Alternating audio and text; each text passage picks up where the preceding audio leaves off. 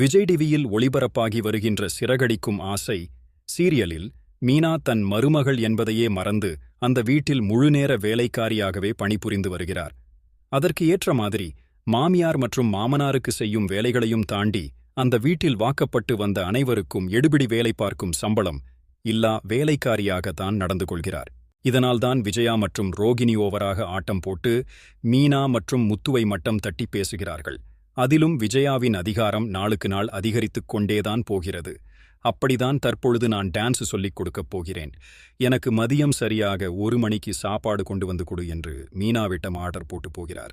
இந்த மீனாவும் அத்தை மீது பரிதாபப்பட்டு வகை வகையாக சமைத்துக் கொண்டு சாப்பாடு எடுத்துப் போகிறார். ஆனால் போகும்பொழுது பசியில் வாடியிருக்கும் முதியவர்களை பார்த்ததும் மீனா மனசு தாங்க முடியவில்லை. அதனால் மாமியாருக்கு எடுத்துட்டு போன சாப்பாட்டை அந்த முதியவர்களுக்கு கொடுத்து சாப்பிட வைத்து விட்டார். ஆனால் மாமியாருக்கு எடுத்துட்டு போகணுமே, அதுக்கு என்ன பண்ணணும்?